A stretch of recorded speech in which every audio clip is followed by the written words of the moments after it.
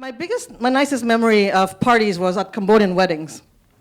Even though as a kid, though, I don't really like going to weddings. I mean, I always remember my mom ironing all her traditional silks in the morning, and I would always walk into the room and startle her, and then she would catch me and start curling my bangs. And I'm like, Mom, nobody else have curly bangs, you know? She's like, that's how you'll find husband. And I'm like, Mom, 7 years old, you know?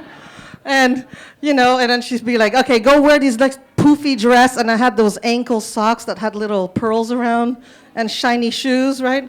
And then I would go to the party, and I would lose my mom because she'd be in the kitchen helping out, and then all these ladies would try to feed me, and I'd be like, no, don't feed me, I don't know what you're giving me. And then it would catch my hand, and it would start looking at my hand to see if I was lucky or if I was going to be lazy, if I was going to be a first lady or a hard worker, you know?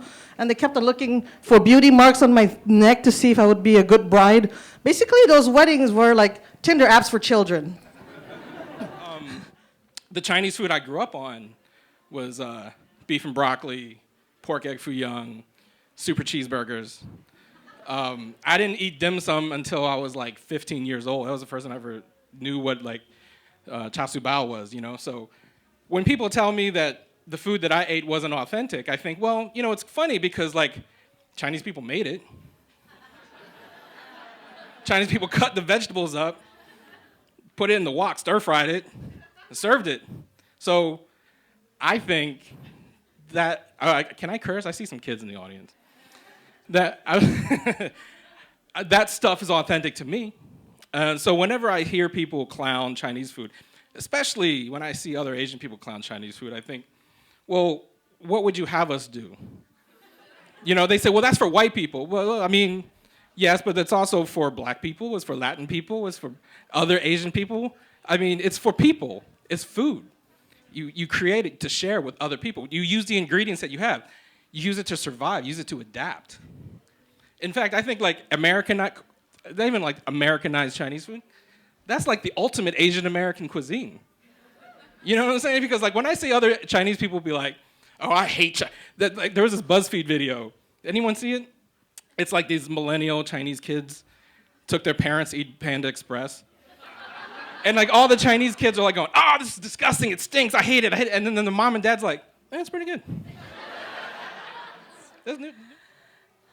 So one day, I was in college, and my dad called me up and asked if I would like to go to Portland. Obviously, yes. But to see my cousin Tin get married. And when I got off the phone, I realized that I had never seen a Vietnamese wedding before. And I was like, wow, okay, that's a new experience for me. So of course, absolutely, I'll go. So me and my white boyfriend flew to Portland, and we met my dad and my stepmother. Sidebar, yes, I said stepmother. And if you recall to 3 seconds ago, you might remember that I had said, I have never been to a Vietnamese wedding before. You might have some questions. Had my dad invited me to his wedding, which had apparently taken place on a visit back home in Vietnam, had I been aware that my dad was even planning to get married, had I just found out randomly one day on a visit back home when I met this nice lady that was in his house and was introduced to her as Victoria, which was her American name, had I run back to my mom and said, hey, Mom, what's going on? And her response was,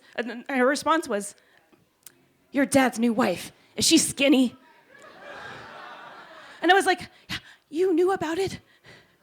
I'm like, am I the last person to know about anything ever? And